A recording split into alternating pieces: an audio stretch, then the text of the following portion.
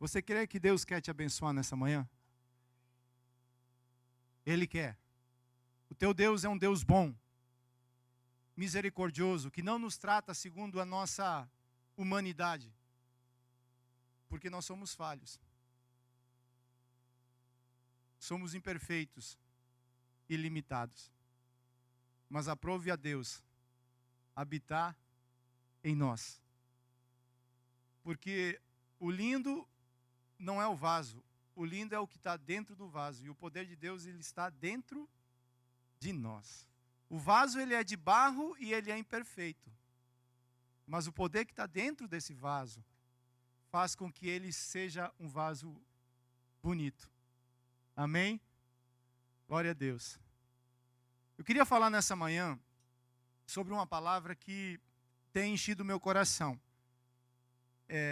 O título dessa palavra fala assim: não impeça o mover de Deus. Em Efésios 3:20 fala assim: ora, aquele que é poderoso para fazer o que está escrito aí depois dessa? Infinitamente mais do que tudo quanto pedimos ou pensamos, conforme o seu poder que opera em nós. O Deus Todo-Poderoso, que Ele faz infinitamente mais daquilo que você pede e daquilo que você pensa. Na sexta-feira passada nós estávamos aqui no penúltimo GI e no último GI, na realidade. Hoje nós vamos apresentar a vocês um GI que se tornou um GE, no final do culto. Nós estávamos aqui no último GI. E no final do GI, Deus me levou a fazer uma oração. Mas a oração era o seguinte: eu sei que você tem necessidades, eu sei que você tem situações para serem resolvidas. E eu falei para o grupo assim: pense no teu pensamento, entrega isso diante do Senhor. Fala: Deus, eu preciso disso. E eu, através do meu pensamento, eu quero fazer disso uma oração. Não é nova era não, viu, queridos? Deus conhece o nosso interior. E a gente fez uma oração na sexta-feira. Na segunda-feira, a pessoa ligou trazendo o resultado dessa oração que foi feita através de um pensamento. Ana chegou diante do Senhor no templo e a palavra fala que ela colocou diante do Senhor o coração dela. E ela fez uma oração sem que nenhuma palavra saísse da boca dela. E a Bíblia fala que Deus escutou a oração de Ana. Denis, vem cá um minutinho, por favor. A pessoa que eu falei foi o Denis. Que foi feito, ele fez uma oração, sem nenhuma palavra que saísse da boca dele. E na segunda-feira ele teve a resposta dessa oração, porque Deus, ele é Deus Todo-Poderoso. Amém? É até difícil falar, né? Porque algumas pessoas que estavam perto da gente acompanharam, nós entramos com uma solicitação de visto de estudante e há mais ou menos umas 3 semanas a gente viveu uma semana assim perturbadora. A Fran estava com a gente, a advogada ligou para a gente e falou assim: eu preciso que vocês peguem toda a documentação financeira novamente. E o nosso sponsor era o nosso sogro. O meu sogro trabalha muito. E ele tinha que ir no banco para pegar isso. E aí foi aquela correria toda. Como sempre, nos 47 do segundo tempo, nós conseguimos. A Fran ajudou a gente na tradução e ficamos sem dormir. Teve um dia que a minha pressão baixou e a gente ficou muito preocupado, porque a gente não sabia como seria, né? E as palavras que chegavam até a gente eram: se você for negado, você tem tanto tempo para sair do país. Você tem certeza que é isso que vocês querem? E o que eu falei para a pessoa foi o seguinte: quando o Senhor trouxe a gente para cá, Ele disse que nós ficaríamos de forma correta e legal.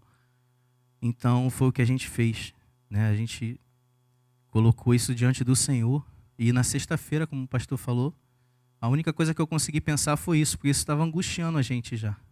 Eu falei, Senhor, por favor, o Senhor pode tocar e abençoar.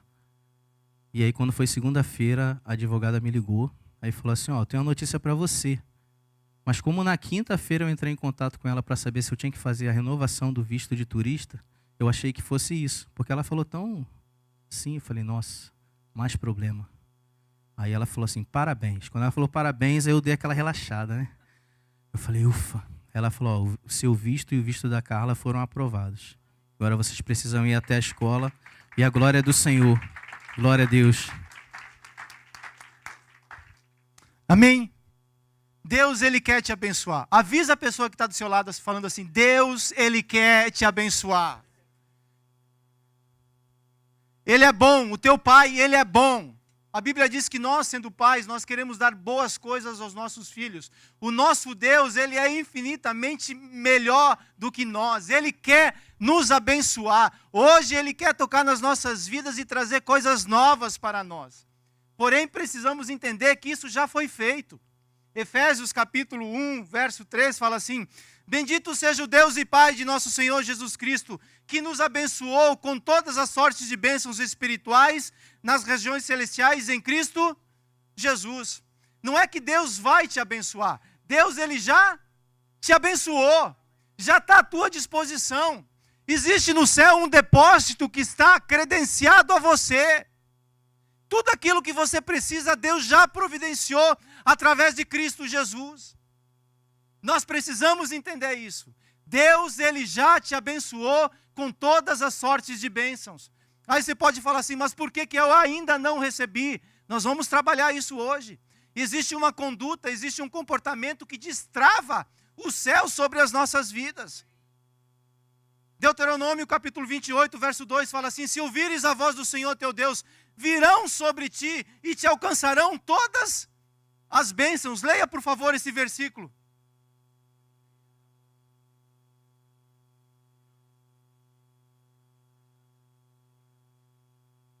Virão sobre quem?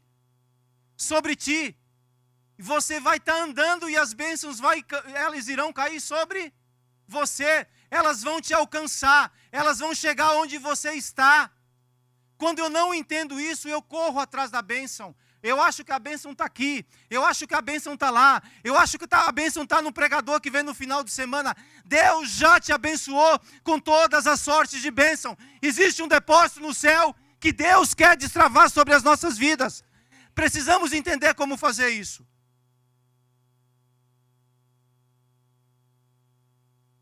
Deus, Ele quer derramar sobre nós a graça dEle.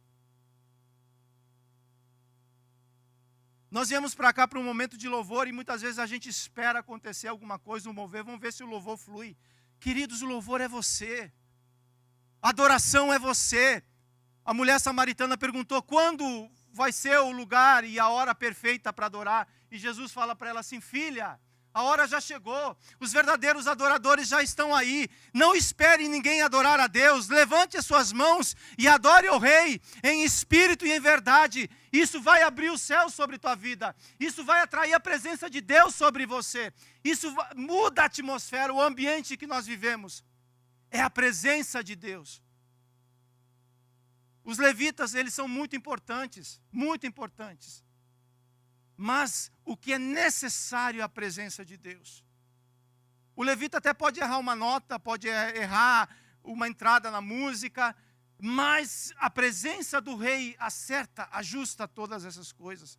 Por isso não se conforme com serviços mais ou menos. Não se conforme em estar aqui sem entrar à sala do trono, sem se apresentar diante do rei e falar, pai, eu vim aqui para te adorar, eu vim aqui para beijar os teus pés nessa manhã, eu vim aqui porque quero oferecer para ti uma adoração verdadeira, um culto que encha o teu trono de graça. Não espere. O véu foi rasgado de cima a baixo. Você tem acesso a esse lugar. Você tem a chave que abre a porta para entrar na presença do Senhor. E as bênçãos do Senhor vão te alcançar, vão chegar até você. Davi estava lá no campo, cuidando das ovelhinhas, lá retirado, lá longe.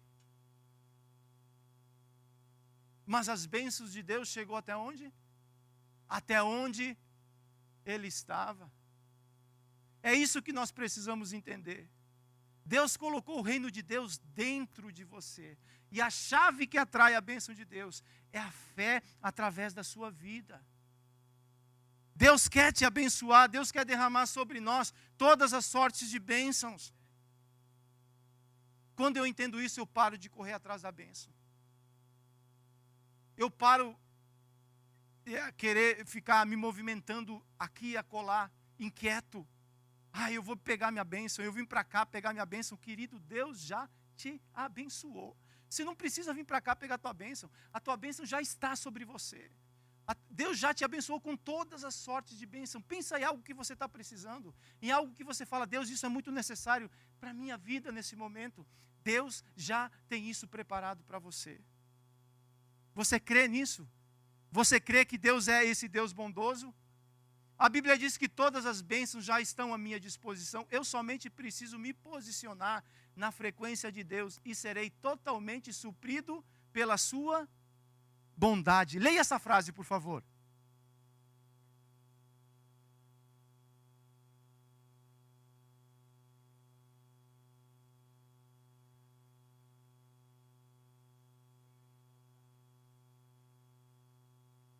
Vamos ler todos juntos agora? 1, 2, 3, go!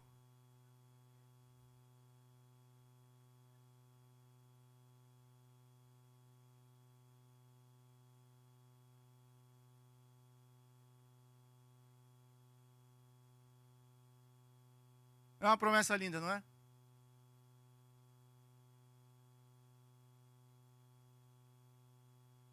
É a história do Amazon, hoje. Negócio de ir para a loja comprar tênis. Ninguém tem tempo mais para isso, não. Né? No intervalo dos playoffs da NBA, você vai no Amazon, dá uma olhada naquilo que você gosta e clica. No outro dia, o tênis está onde?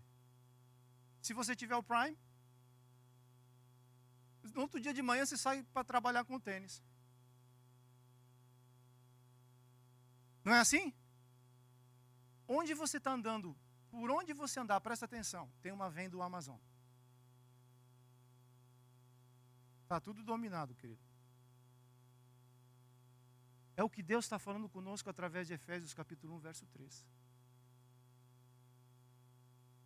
Existe um site que você tem que entrar lá. E ele é o reino de Deus. É lá onde você fala assim, Jesus, eu vim para cá, porque o Senhor já me prometeu que esse lugar é o mercado onde eu faço as minhas compras. Tudo que eu preciso está aqui. Eu vim para cá, Jesus, para falar que eu preciso disso. E estou clicando. Send. E vai para a tua casa. Porque essa bênção vai chegar até onde você não precisa pegar teu carro e correr atrás da venda do Amazon. Ele não vai parar para você. A bênção vai chegar onde você está. É isso que nós precisamos entender. Deus, Ele é bom e Ele é maravilhoso. Nós só precisamos nos colocar debaixo da frequência dEle. O rádio fora da frequência correta, você não consegue entender nada do que ele fala, consegue? Tem muita coisa que Deus está falando conosco, tem muita coisa que Deus está falando conosco, tem muita coisa que Deus está falando conosco, mas às vezes nós estamos desintonizados da frequência de Deus, e aí fica só aquele shhh, não entende nada, você fala, a pessoa não entende, você explica, a pessoa não entende, por quê? Porque existe uma frequência que é a frequência de Deus. E quem ajusta essa frequência, sabe quem é? O Espírito Santo de Deus. E é isso que destrava aquilo que Deus tem preparado para nós. Amém? Eu quero dar essa introdução para vocês e chamar o nosso irmão Orlando. Ele vai estar falando um trecho dessa palavra aqui, que é depois da introdução, onde fala Jesus Cristo Todo-Poderoso. Bom dia, igreja. Vamos sintonizar? Vamos deixar essa sintonia clara? No seu boletim aí fala Jesus, o Cristo Todo-Poderoso. Logo embaixo em Mateus 28:18. Diz assim: Então Jesus aproximou-se deles e disse: Foi-me dada toda a autoridade nos céus e na terra. Isso ele falou depois de ressurreto. E nós sabemos que a palavra fala que ele subiu aos céus e hoje está à direita de Deus. E governa. E ele, nas últimas 7 semanas, nós fomos tremendamente impactados por as 7 cartas que ele escreveu para a igreja. Ele escreveu para mim essas cartas. Escreveu para você, igreja. E nós vamos acompanhar aqui no boletim para a igreja de Éfeso. Vamos ler junto?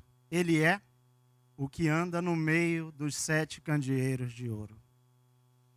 Éfeso, o Senhor sente falta do tempo que vocês eram só.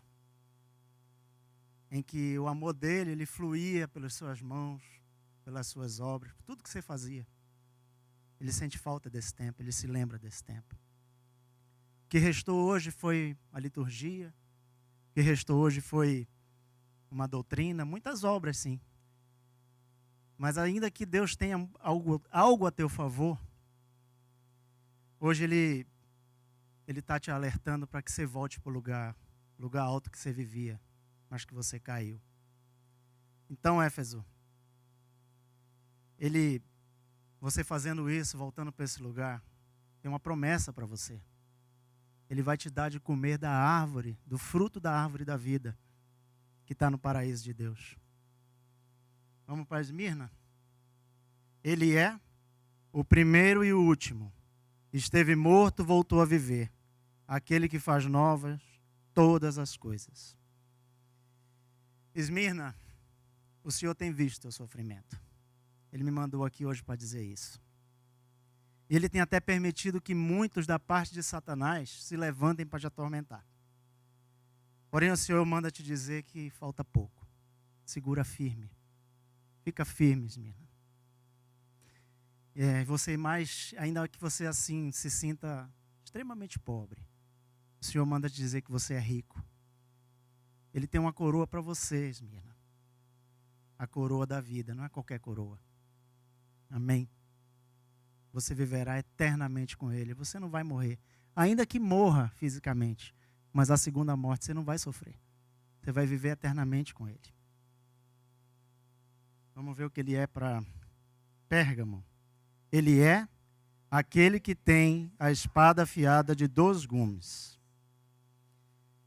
Pérgamo. Você tem aberto sua vida e dado ouvidos a pessoas traiçoeiras, maliciosas. E com cara de santas, elas estão te levando para um abismo muito profundo. A falsidade delas é uma armadilha para a tua vida. Abre o olho, Pérgamo. Senão, o Senhor, quando você menos esperar, Ele vai vir contra você. A não ser que você se arrependa. Mas se você se arrepender, Pérgamo, Ele te dará o puro alimento do céu. O maná escondido, o alimento secreto de Deus. Amém? Para a igreja de Tiatira, vamos ler?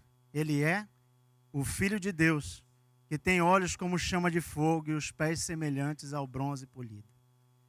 Tiatira, muito pior do que Pérgamo fez. Além do mais, você tem permitido que a perversidade, a pornografia, a fornicação e essas práticas de idolatria também tenham entrado na sua casa. Se você não se arrepender e deixar essas práticas, você vai ser atormentado com muitos males, diz o Senhor, aquele que sonda mentes e corações. Lembra que nós acabamos de ler que a Ele foi dada toda a autoridade nos céus da terra? Vocês lembram disso? Pois é. Se você deixar e se abandonar, e se arrepender, Ele vai dar essa autoridade para você. Ele tem essa autoridade para derramar sobre a tua vida. E você vai governar com ele nações. Mas lembre-se, você é vaso de barro. Para Sardes, vamos ler? Ele é aquele que tem os 7 Espíritos de Deus. Ele está em todos os lugares e tudo vê. Eita, Sardes. Como você pode achar, Sardes, que usando máscara de crente, roupa tingida, você vai conseguir alguma coisa de Deus? Você tem fama de que está vivo, mas o Senhor manda te dizer que você está mais morto do que vivo. Não levanta a mão não, tem alguém de Sardes aí? Mas o Senhor te dá um alerta, né? Porque para conservar aquilo que ainda não morreu. E fazendo isso, o Senhor te promete uma coisa, né? Você vai andar com Ele de vestes brancas no santuário. Amém? Não mais máscara, não mais roupa tingida. O Senhor tudo vê. Amém? E o seu nome vai estar escrito no livro da vida. Amém? Para a igreja em Filadélfia, vamos ler? Ele é o santo, o verdadeiro, aquele que tem a chave de Davi, que abre e ninguém fecha, e fecha e ninguém abre. Filadélfia, o Senhor manda te dizer, e ainda que você ache muito fraco, Ele é a tua força. E Ele fará com que aqueles que te perseguem, te atormentam, sabe o que Ele fará com eles? Ele vai fazer com que eles se prostrem aos seus pés e reconheça que você é muito amado de Deus. Ele tem cuidado de você. E Ele vai vir em breve. Porém, Ele te alerta, tem cuidado. Tem cuidado, Filadélfia. Porque muitos querem roubar o que você tem. E você pode diligentemente cuidar disso até que Ele venha. E ainda que você se ache muito fraco, Ele vai fazer de você uma coluna no santuário de Deus. Amém?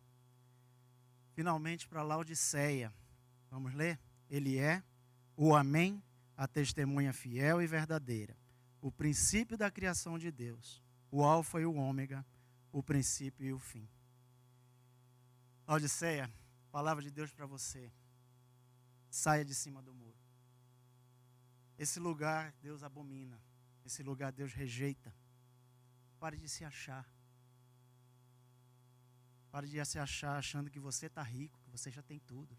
Você não precisa de ninguém. Isso é uma mentira.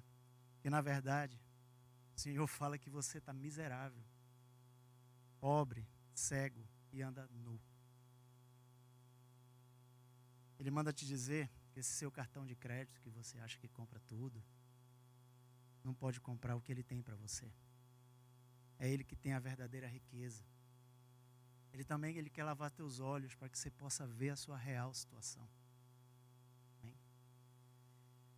Ele manda te dizer também que Ele repreende, porque Ele te repreende porque Ele te ama. Ele te ama muito. E Ele está batendo a porta do teu coração. Ele quer entrar.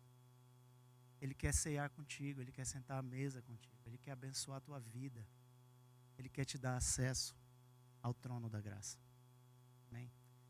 Essa palavra do Senhor para nós, igreja. E o que Ele deseja, o maior desejo é que realmente nós tenhamos, sabe o quê? Ouvidos para ouvir o que o Espírito tem dito às igrejas. Amém? Pastor.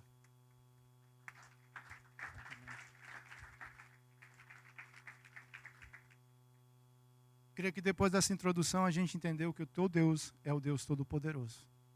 Amém? Vamos aplicar essa palavra? O que tiraria o poder do Todo-Poderoso? Quero fazer a leitura que está em Marcos capítulo 6.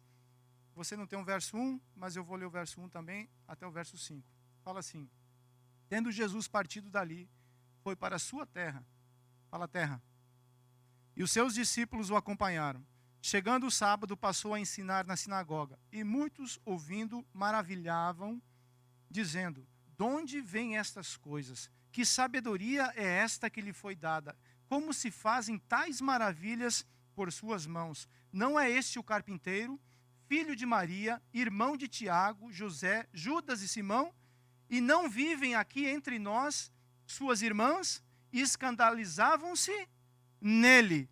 Jesus, porém, lhes disse: não há profeta sem honra, senão na sua terra, entre os seus parentes e na sua casa. Não pôde fazer ali nenhum milagre, senão curar uns poucos enfermos, impondo-lhes as mãos. Quero orar. Senhor, aqui está a tua palavra, aqui está o teu povo e aqui nós estamos diante de ti. Espírito Santo, fala conosco aquilo que nós precisamos escutar nessa manhã. E nós queremos sintonizar, ó Deus, o nosso coração a ti, para que tudo aquilo que o Senhor deseja trabalhar conosco nessa manhã, nós possamos ser essa terra boa, que recebe a tua boa semente e produz o fruto, segundo a determinação que o Senhor fizer. No nome de Jesus, amém. Primeiro ponto que eu quero falar: tentar entender intelectualmente o poder de Deus. Escreva aí intelectualmente. Marcos 6,2 fala assim: chegando o sábado, passou a ensinar na sinagoga, e muitos, ouvindo-o, se maravilhavam, dizendo: de onde vem a estas coisas?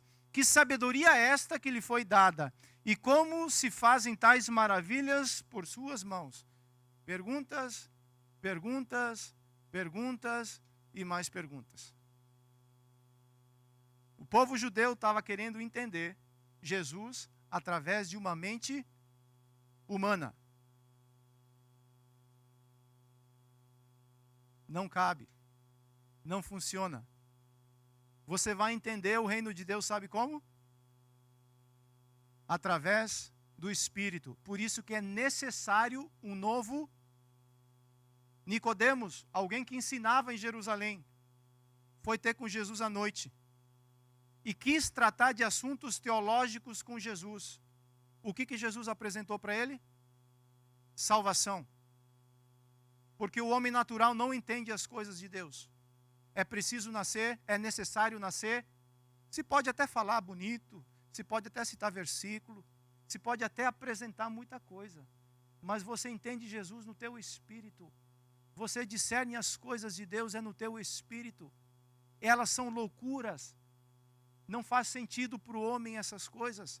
Não faz sentido Deus pegar Pedro, um cara indouto, um cara iletrado, e lá no Pentecostes Deus levanta ele de uma maneira tão poderosa.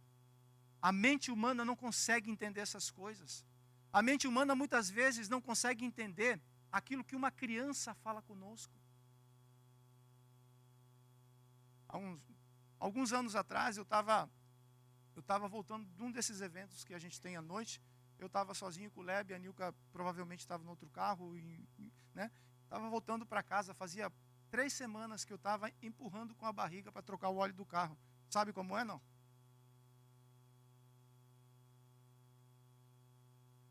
A gente estava quase chegando em casa. O Leb falou para mim assim, ele dormindo, ele entra no carro, 30 segundos ele dorme. O Gabriel ontem quis voltar para casa conosco, né? Aí o Caleb entrou no carro, ele dormiu. E eu estava lá o Gabriel olhando para o Caleb assim. Boa comunhão, né? Aí eu comecei a interagir, falar com o Gabriel. Falei: Gabriel, fala alguma coisa aí para a gente, né? 2 homens tentando conversar. Você já viu esse negócio, como é que é, né? E aí, chegando em casa, o Caleb falou para mim assim: pai, quanto tempo você vai demorar para trocar o óleo desse carro? Eu falei: o sangue de Jesus tem poder sobre a tua vida. Deus, ele fala de várias maneiras e de várias formas. A mente humana não consegue entender essas coisas, essa concepção, não dá. Lá em Atos, quando acontece o Pentecostes, tinha alguns analisando o Pentecostes. Não faz sentido isso. Eles estão falando na língua, eles estão falando numa língua que receberam e nós estamos entendendo na nossa própria língua. Aí os analistas, aí aqueles que querem entender se levantam e falam assim: deixa eu ver se isso é de Deus. Né? Até que um teve uma ideia: claro, estão bêbados. Aí Pedro se levanta e fala assim: esses homens não estão bêbados? O que acontece, intelectuais, é que vocês não conseguem entender aquilo que Deus quer fazer com a mente humana. Tem que ter o discernimento aonde? No Espírito. O que está acontecendo é o que está escrito lá em Joel. Nos últimos dias, Deus iria derramar do seu Espírito sobre toda a carne. Né? Então, é necessário entender essa situação. 1 Coríntios 2,14 fala assim: ora, o homem natural não compreende as coisas do Espírito de Deus, porque lhe parecem loucura, e não pode entendê-las porque elas se discernem. Você fica do lado de uma pessoa cheia do Espírito Santo, você talvez vai se escandalizar com ele. Você fala assim, tá estranho. É porque um homem cheio do Espírito Santo é como o vento. Você sente, mas você não sabe explicar de onde vem e de onde vai. Eu não estou falando de atrocidade, eu estou falando de alguém cheio do Espírito Santo. Talvez você não entenda o que está acontecendo com eles, mas você sabe que aquilo que está acontecendo é algo que vem da parte do Senhor. Nós precisamos estar livres dessas coisas. Se o Espírito de Deus se move em mim, dizia Davi, eu danço. E ele falava uma palavra bem original, I don't care. Sabe, você está diante do teu Deus. Não tente querer entender Deus intelectualmente. É a mesma coisa que você pegar um vaso, um balde de 10 litros e querer ali em Deerfield e falar, vou conter todo o oceano. Hello! E pior que nós não somos nem um balde, a Bíblia fala que nós somos um vaso. É menorzinho ainda. Cabe? Não cabe. E tem mais, Deuteronômio 29 fala assim, as coisas encobertas pertencem a quem? Tem muita coisa que nós não vamos entender deste lado da eternidade. Quero entender para me mover. Não funciona assim, Ele é Deus. Mas as reveladas, Ele traz sobre quem? Sobre a igreja para que nós tenhamos direção, para que nós tenhamos entendimento daquilo que nós estamos falando.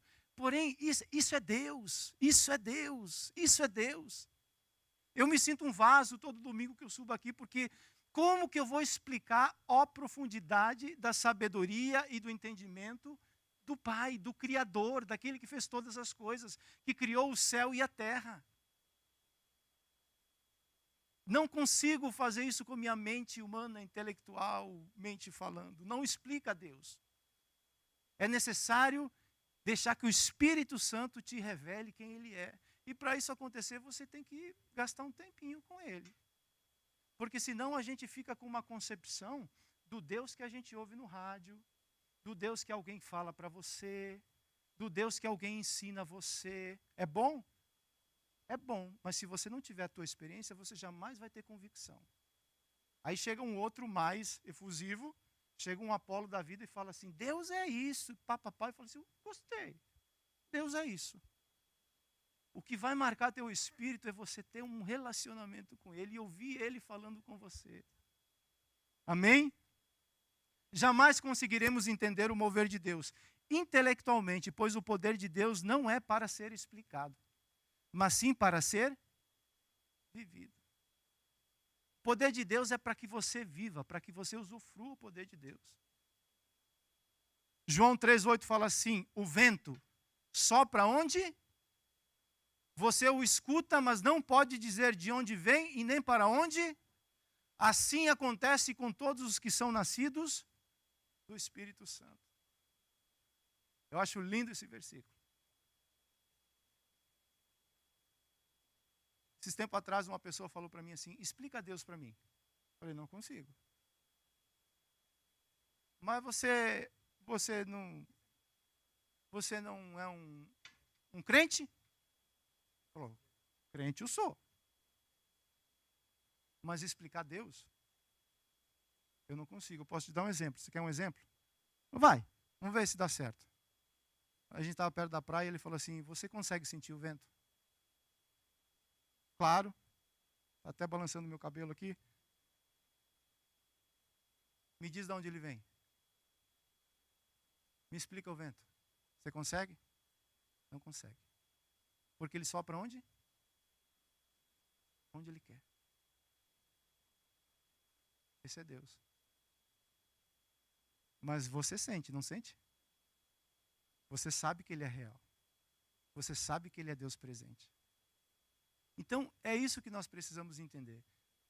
Intelectualmente, você não consegue discernir essas coisas. Você não consegue entender isso daí. Mas no teu espírito, você tem paz. Fala, Deus está nesse negócio. Amém? 2. Permitir que as dúvidas encham o coração.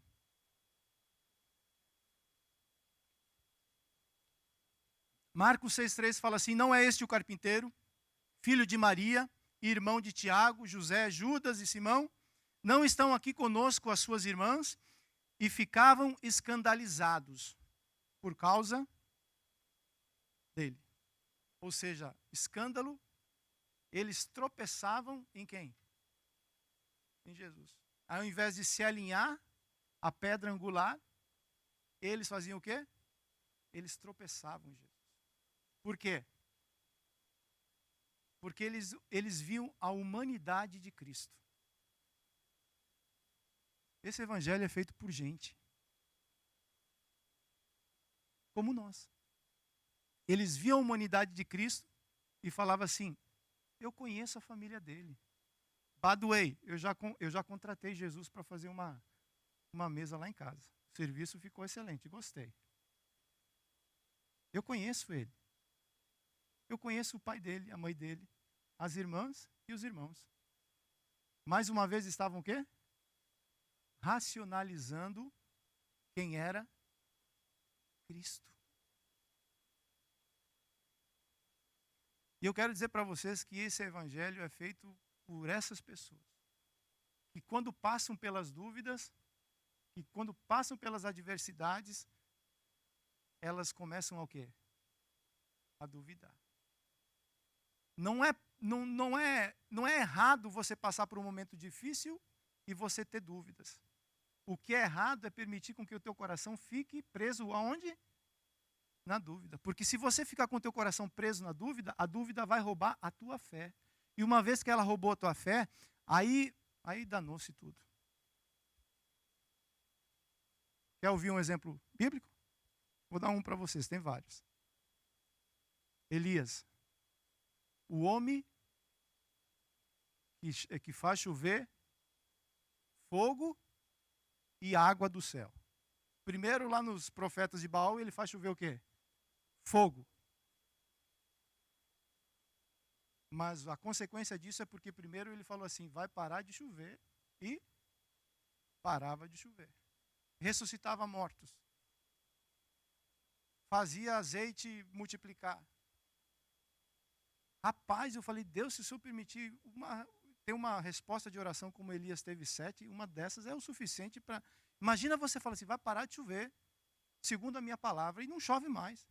Rapaz, o homem está podendo demais. É ou não é? Mas só que Elias, quando Jezabel fala para ele assim, amanhã, nesse horário, se eu não te matar, eu não me chamo Jezabel. Aí o que Elias fez? Teve dúvidas. E foi para onde? Para uma caverna. Deus, sabendo que o homem de Deus não pode ficar na caverna por muito tempo, fez o que com Elias? Foi atrás dele. Fala, Elias, sai daí. O que aconteceu? Só sobrei eu, Deus.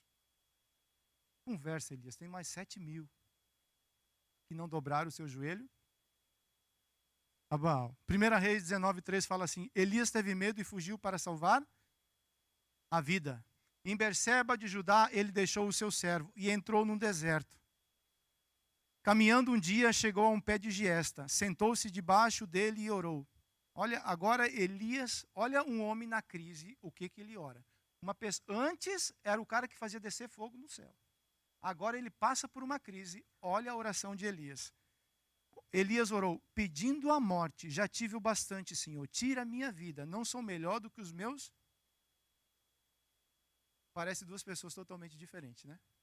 Porque Elias permitiu que a dúvida enchesse o coração dele. E a boca fala do que o coração...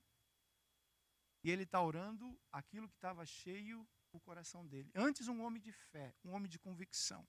Agora um homem que passa pela crise e perde a convicção. E por causa disso, ele começa a entrar nesse processo. E Deus fala assim, sai daí, Elias. Não deixe que as dúvidas encham o teu coração. Não deixe, não deixe. Dúvida se trata. Fala, dúvida se trata. Se você tem alguma dúvida naquilo que eu falar, ou naquilo que de alguma maneira você interpretou de maneira errada, se aproxima. Se a gente tiver resposta, a gente vai dar. Se a gente não souber, a gente vai orar juntos. Mas dúvida trata. Não deixe que as dúvidas enchem teu coração. Porque a tendência da dúvida é roubar a tua fé. Né? E como consequência disso, a paralisação. A pessoa para. Ela fica no seio da igreja com dúvidas e analisando o que vai acontecer, o que não vai acontecer. E não consegue discernir aquilo que o Espírito Santo está fazendo. 3. Preconceitos. Marcos 6,4 fala assim, Jesus lhe disse, só em sua própria terra, entre os seus parentes e em sua própria casa é que um profeta não tem honra. Jesus, ele vinha numa sequência de milagres, ressuscitando, dando vista aos cegos. Jesus, por onde ele passava, milagres aconteciam. Sobrenatural era realizado. Aí ele vai para Nazaré. Quando ele chega, a palavra fala no verso 1 que ele foi para a terra dele. Quem é essa terra hoje? Quem é a terra de Jesus? Quem é essa terra hoje? Fala eu. Eu sou essa terra. Você é essa terra de Jesus. E Jesus hoje está indo para a terra dele. Ele está querendo visitar essa terra. Ele está querendo ir para a casa dele. E Jesus foi para Nazaré. Só que quando ele chegou em Nazaré, o que ele encontra lá era um povo que não recebeu Jesus da maneira, ao ponto que ele não pôde fazer alguns milagres. Você acha que Jesus queria fazer muita coisa em Nazaré? Mas o povo dele não o recebeu. Por causa do preconceito. O que é um preconceito? É um conceito prévio que você formou já na sua mente, que vem pela sua formação cultural, pela sua família, por onde você nasceu, pela escola e até mesmo através da religião. São preconceitos. Todo político, não precisa nem completar, tá? Está sendo gravado. Todo político, e o mais triste agora que eu vou falar, todo pastor, o que é isso? Preconceito. Aí você se aproxima com esse preconceito de um homem de Deus, você recebe alguma coisa? Ele pode soltar pérola aos teus pés, mas não consegue receber porque tem um e o preconceito deles era o quê? Jesus é filho de Maria, filho de José, nós conhecemos irmãos dele e até as irmãs. Ele é carpinteiro, ele não é Deus. E por causa disso, esse povo não conseguia receber aquilo que Jesus foi delivery naquela cidade. Jesus tem coisas para delivery na sua vida hoje de manhã. Mas talvez o conceito, o preconceito tem que ser mudado. Ele chega diante da mulher samaritana e a mulher samaritana achava que os adoradores deviam adorar onde? Em Jerusalém. E eles, os samaritanos, adoravam em Samaria. E ela fala assim, onde é que nós devemos adorar? É em Jerusalém ou é em Samaria? Me ajuda. Jesus fala para ela assim, filha, esse preconceito seu está errado. O conceito verdadeiro é que os adoradores adorem em espírito e em verdade. E aí muda a conversa. E não quero entrar nesse assunto, porque não é isso que nós iremos falar hoje. Estamos falando hoje.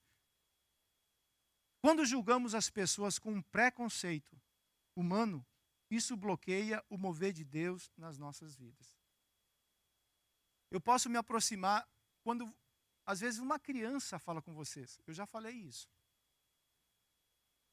Aí você olha assim e fala assim, criança, né? Criança quem ensina é adulto. É ou não é? Nós podemos estar aqui hoje com preconceitos. E o problema é que um preconceito, ele bloqueia aquilo que você pode receber. Ele é um escudo que não deixa que nada chegue até você. Então, é necessário tirar esse preconceito. Como que se tira o preconceito? Colocando um conceito verdadeiro. Mais na frente, na aplicação dessa palavra, a gente vai aprender como tirar um preconceito e colocar um conceito verdadeiro.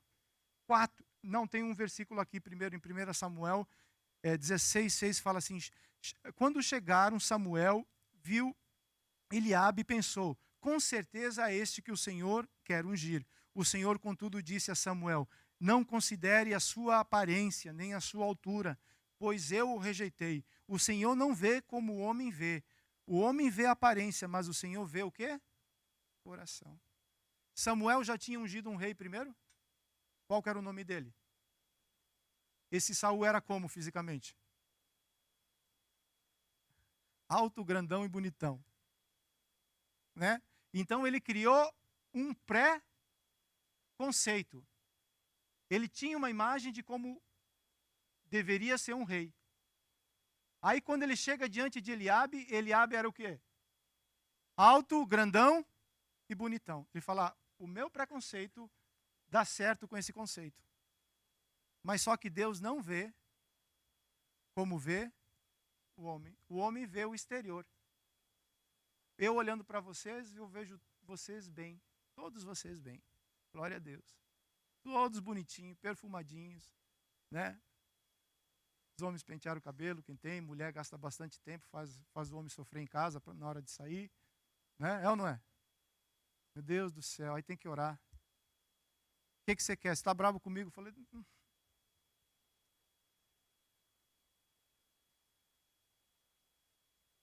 aparentemente estão todos lindos, mas lá dentro é onde o Senhor, só Ele sabe, só Ele conhece, só Ele entende todas as coisas. E se existe alguma coisa, talvez lá dentro do seu coração, entregue diante do Senhor. Fala, Jesus, eu estou bonitão por fora, mas por dentro eu estou sofrendo. Estou passando por necessidades. E eu sei que o Senhor tudo vê. O Senhor tem os olhos como chama de fogo. O Senhor sabe de todas as coisas. E eu não quero impedir mais que o Senhor, que essas coisas impeçam que o Senhor venha fazer aquilo que tem que fazer na minha vida. Amém? 4. Incredulidade. Marcos 6, 5a fala assim, não pode fazer ali nenhum milagre. Você já imaginou se Jesus estivesse chegando hoje, agora, nesse exato momento aqui? Primeira coisa que a gente ia fazer é convidar Jesus para pregar. O Orlando ia ficar no próximo domingo e eu também. E o pastor Márcio também para o outro. Imagine Jesus chegando no local. E a fama de Jesus corria por toda a terra. Milagres, sinais, prodígios e maravilhas aconteciam por causa dele. E eles chegam, e Jesus chega com os discípulos na cidade dele, e a palavra está falando aqui que não pôde fazer ali nenhum milagre. A não ser curar um pouco os enfermos através da imposição de mãos. Isso parece que é um lugar onde as pessoas estão, que nada da parte do Senhor acontece. Por causa do quê? Incredulidade. A incredulidade afasta Deus das nossas vidas. Quando nós começamos assim, eu quero saber quando, como e por que isso vai acontecer. Normalmente, quando nós questionamos Deus dessa maneira, nós abrimos a válvula para que a nossa fé vá. Porque Deus ele não precisa explicar a maneira que Ele vai fazer. Ele vai te direcionar, Ele vai te ensinar. Mas explicar, se Abraão estivesse esperando tudo aquilo que Deus iria fazer na vida dele, para depois se mover, Deus teria que levantar outro para ser o pai da fé, porque até hoje Abraão estaria na casa dos pais dele. Abraão se levanta e anda. Fala, Abraão, levanta e anda. A fé é uma ação. A fé é uma convicção. Eu me movo por quê? Por que que eu consagro minha vida ao Senhor? Por que que eu me separo das coisas deste mundo? Porque eu tenho uma convicção que essa fé agrada ao meu coração, o coração de Deus. É uma convicção. E o homem de Deus, ele precisa andar com convicção. Convicção. E sabe onde você encontra a convicção? No teu quarto. Debruçado na palavra de Deus. Escutando o Senhor falar com você. Convicção. Porque uma vez que você tem uma convicção, uma vez que você tem algo da parte do Senhor, você não é levado para lá e para cá como um vento de doutrina, porque tem muito vento de doutrina. Nós precisamos conhecer a palavra, ter as nossas convicções firmes no Senhor, porque isso vai fazer com que nós não venhamos perder a nossa fé. Hebreus 11:6 fala assim: de fato, sem fé é impossível agradar a Deus, porquanto é necessário, fala necessário, que aquele que se aproxima de Deus creia que Ele existe e que se torna galardoador dos que os buscam. Então aqui está falando assim, sem fé é impossível agradar a Deus. Porque é necessário, é uma necessidade eu me aproximar através da fé. Porque a fé, quem consegue detectar isso daí é quem? Somente Deus.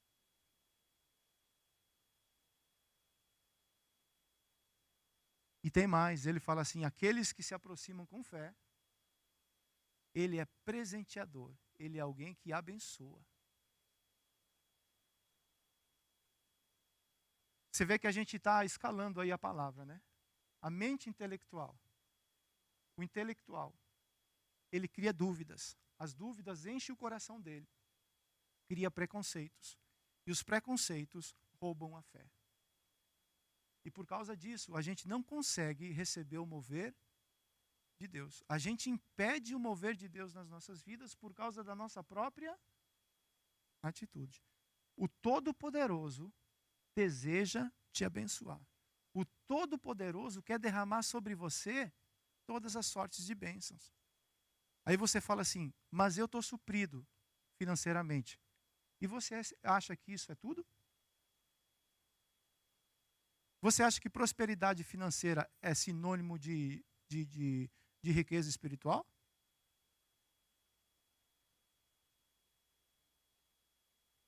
Até pode, e a gente ora que Deus te abençoa. Abençoa com força. Mas a tua verdadeira prosperidade é continuar crendo que Deus é o teu supridor. Se Deus tem estendido os teus celeiros, louvado seja o nome do Senhor. Porém, entenda, Ele é o teu supridor. Foi Ele que fez isso na tua vida. Não deixe de depender de Deus. Não deixe. Né? Nada substitui a tua fé. Nada substitui a tua fé. O homem de Deus, ele precisa andar em fé. Perseverança até o fim. E o que agrada a Deus é um coração que crê. Você crê que eu posso fazer isso? Eu creio. É muito simples, porque às vezes a gente acha que tem que dar 7 passos para ser abençoado. Você precisa ter fé. E aí Deus dispara sobre você as bênçãos dele. Vamos aplicar essa palavra? Como vencer esses impedimentos?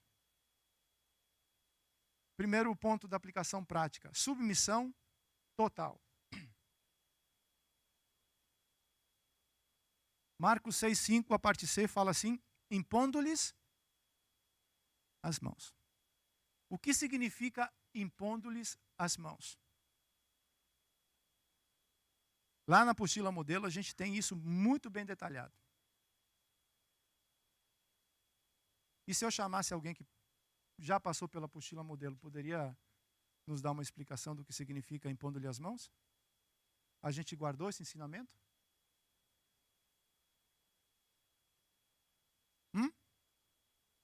Nós guardamos o ensinamento da apostila modelo? É um complemento. A Bíblia nada substitui a Bíblia, mas está lá bem explicadinho. Essa é uma prática que era muito bem feita na igreja primitiva. Impondo-lhe as mãos, esse povo estava dizendo assim: eu sou transferido de um governo para fazer parte do governo de Deus. A partir de hoje, eu me submeto à tua vontade, eu me submeto ao teu querer. Jesus, a partir desse momento, você é Quírios na minha vida. Aquilo que você pedir para mim fazer, eu me submeto a esse comando. É isso que está falando aqui. Uma submissão total. Era muito levado a sério pela igreja primitiva. Muito, muito. E é um negócio que hoje a gente precisa tratar muito com a igreja, essa questão de submissão. Isso está muito distorcido. Submissão é alguém que anda debaixo de uma missão. Você tem uma missão? Você faz parte do ministério onde tem missão e tem visão. Eu não me submeto, eu não concordo com a missão. Eu não concordo com a visão. Mas qual que é a visão? Bíblica? Da palavra de Deus?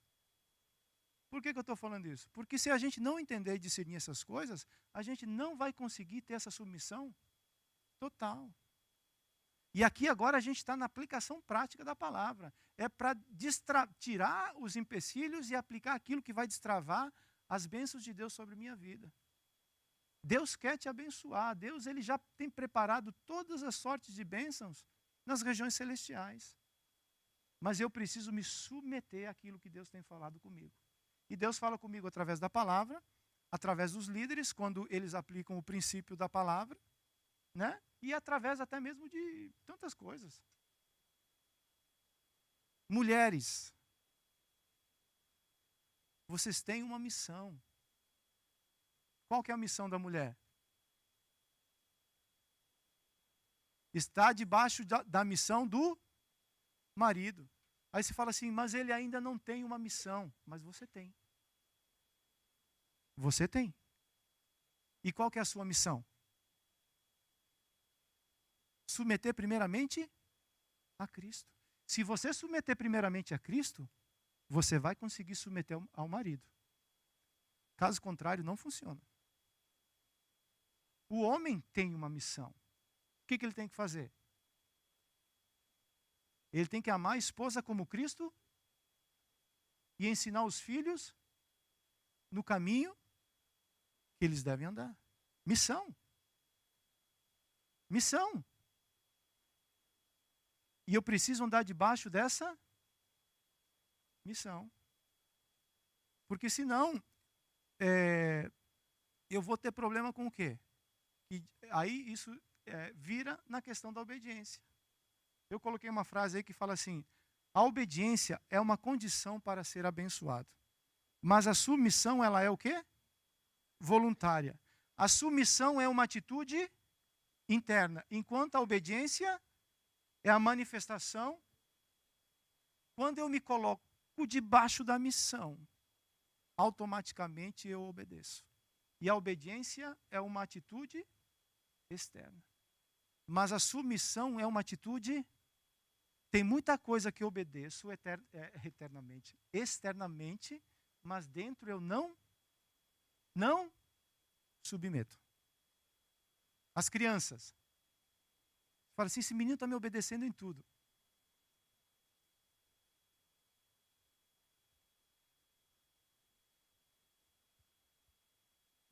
Vai arrumar o quarto. Eu não creio que nada dá certo no meio da bagunça. Sabe o negócio desorganizado, bagunçado? Eu fico batendo cabeça, fico doidinho. Vai arrumar esse quarto, menino. Aí arruma assim, sabe? Ele arruma a cama jogando os negócios embaixo da cama, assim. Você tem que olhar em cima da cama e embaixo da cama. Tem mais coisa embaixo da cama do que em cima. Se tirou o lixo, aí parece o Muttley, né? Ele está obedecendo? Externamente está, mas lá dentro, ele está submetendo? E será que nós não fizemos assim com Jesus? Tem que submeter, né, Jesus? Tem que obedecer, não tem? Eu vou obedecer. Mas esse não é o ponto, querido. A obediência é uma consequência da submissão. Você pode ser obediente e não ser submisso. Mas você sempre será submisso quando você é obediente. Sempre será obediente quando é submisso. É isso que está sendo falado aqui. Quem se colocava debaixo da cobertura do Senhor estava automaticamente ou voluntariamente se submetendo ao quê? À vontade dele. A igreja é um lugar, é uma casa de obediência e de submissão. Nunca mudou. Nunca mudou. E a minha opinião, você tem a sua opinião. Mas no momento que ela se depara com a palavra de Deus, essa sua opinião não tem valor mais, porque a palavra é absoluta. Aí eu tenho que me submeter. E a submissão é algo voluntário. Todo sacrifício que Deus te pede na Bíblia, ele é voluntário. A oração é voluntária, o jejum é voluntário. Ele fala assim, faça, tem que fazer. Mas quem resolve fazer é quem? É você que fala assim, eu vou entrar debaixo dessa... Esse negócio é bom demais. Uma vez que você começa a experimentar isso daí, fala assim, rapaz, deixa eu levar um monte de gente para lá, porque é bom demais. O Pai, Ele é bom. Gastar tempo com o Pai é fantástico. 2. Abandonar toda a influência de fora. Marcos 8, 23. Jesus, tomando o cego pela mão, levou-o para fora da aldeia. E aplicando-lhe saliva aos olhos e impondo-lhe as mãos, perguntou-lhe, vês alguma coisa? E este, recobrando a vista, respondeu, vejo os homens, porque como árvores os vejo, andando. Então, novamente, lhe impôs as mãos nos olhos, e ele, passando a ver, claramente ficou restabelecido. E tudo distinguia de modo perfeito. 26. E mandando-o Jesus embora para casa, recomendou-lhe o quê? Não entre mais na aldeia que você acabou de sair. O que Jesus estava ensinando aqui? Como que essa pessoa era reconhecida lá naquela aldeia? Cego. Ele não via. Agora Jesus curou ele. Ele tem uma nova identidade, não tem? Mas lá naquela aldeia, ele era conhecido como? Ele precisava se fortalecer no Senhor. Ele precisava ter essa nova identidade dele fortalecida, falando assim, hoje eu estou curado. Hoje eu vejo. E porque eu vejo, eu posso dar direção aos outros também. Mas se ele volta para a aldeia rapidamente, talvez ele não tinha a convicção nem a firmeza para dizer assim, eu estou vendo. Tem coisas, queridos, que nós precisamos abandonar a influência. Abandonar, não é deixar de lado, é abandonar. Eu fui curado, agora eu vejo, né? E por causa disso, o que eu faço? Eu abandonei essa influência de não ver mais as coisas, de não entender mais as coisas, já foi tirada da minha vida. Eu preciso andar com visão, eu preciso andar com entendimento, eu vejo. Paulo, ele via, porém chegou um momento que ele precisou perder a visão. Porque Paulo, quando via, ele era cego. Depois que ele passou a ser cego, é que ele recebeu visão. Para poder saber o que tinha que fazer. Abandonar, tem coisas que nós precisamos abandonar. A influência nas nossas vidas.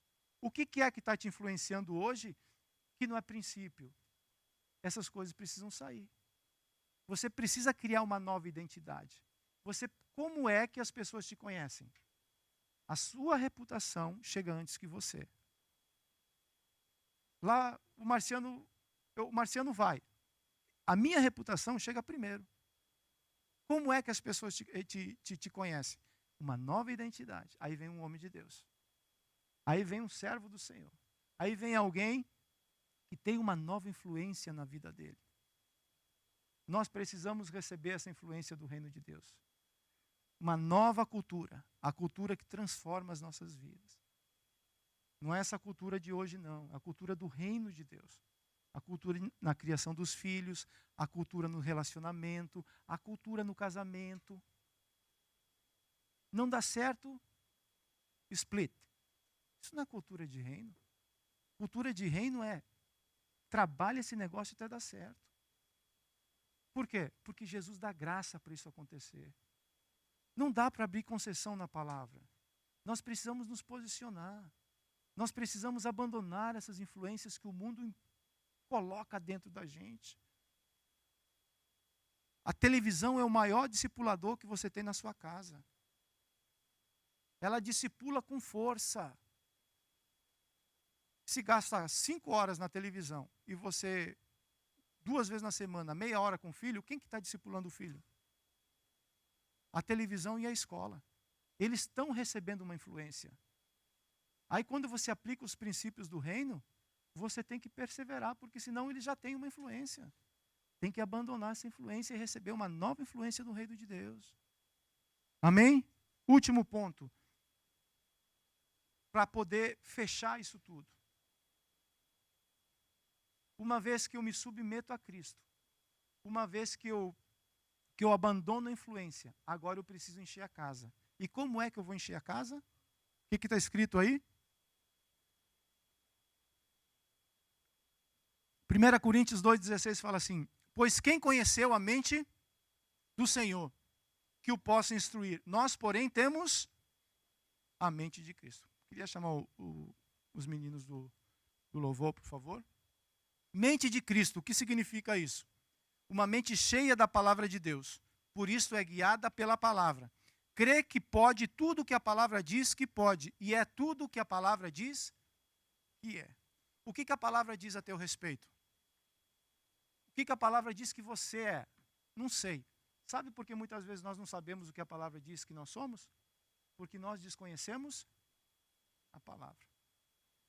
A mente de Cristo, sabe como a mente de Cristo é formada em nós? Sabe como? Você já recebeu a mente de Cristo.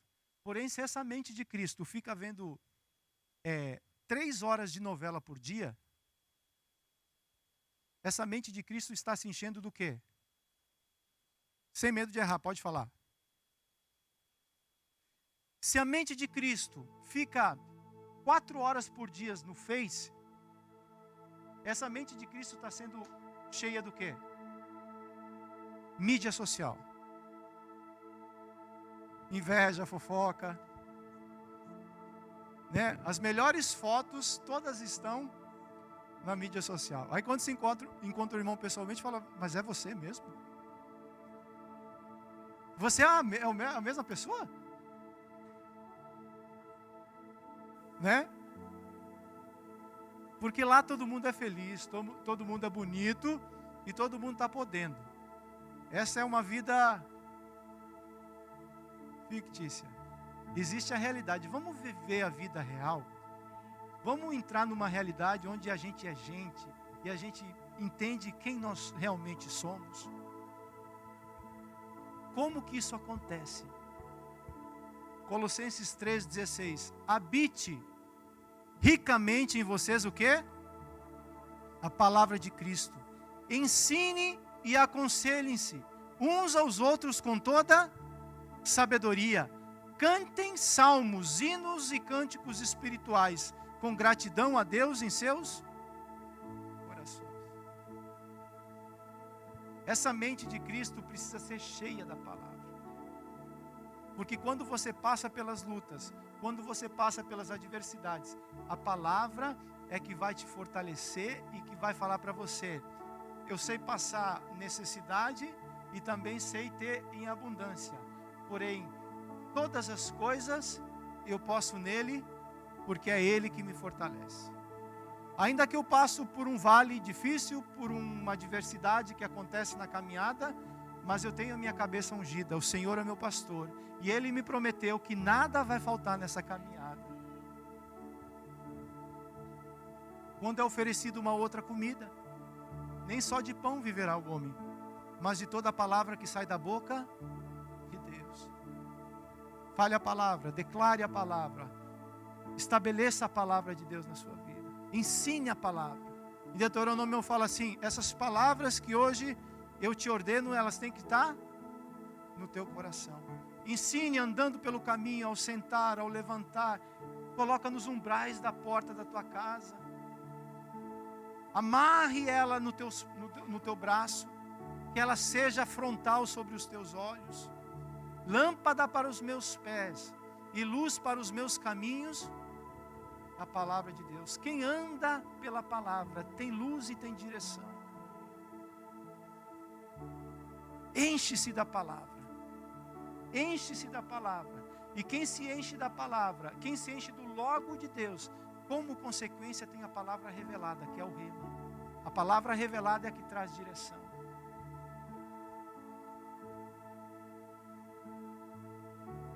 Você quer receber a bênção do Senhor sobre a sua vida?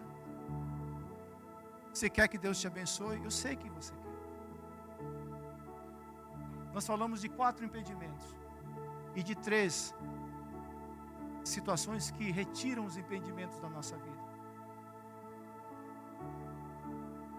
Como você está? Você está precisando de algo da parte do Senhor? Efésios 3:20 fala assim: ora, aquele que é poderoso para fazer infinitamente mais do que tudo quanto pedimos e pensamos, conforme o seu poder que opera, a Ele seja a glória, na igreja em Cristo Jesus, por todas as gerações, para todo sempre. Amém. Deus, Ele é poderoso para fazer infinitamente mais daquilo que você está precisando, pensando ou pedimos. Mas Ele vai agir em você conforme que está escrito o que aí? Conforme o poder que opera. O limitador está em quem? Vamos tirar esse limitador hoje. Vamos nos submeter totalmente à vontade do Senhor. Vamos tirar as influências e vamos nos encher pela palavra de Deus. Quanto mais palavra, mais poder vai agir na sua vida. A palavra é a base para tudo aquilo que Deus vai fazer em você. Tudo aquilo que Deus vai realizar na sua vida, a base é a palavra de Deus. Nós vamos ser ministrados agora. E depois dessa ministração, eu quero orar pela minha vida e pela sua vida. Você sabe aquilo que muitas vezes possa estar impedindo você, ou não sei qual a sua situação. Deus sabe. Se existe algo hoje, tira. Se é a intelectualidade, se é o preconceito, se é a incredulidade, não sei. Tira isso. Fala: Jesus, hoje eu vou me submeter à tua vontade, totalmente à tua vontade. Amém? Vamos nos colocar de pé. Vamos adorar o Senhor.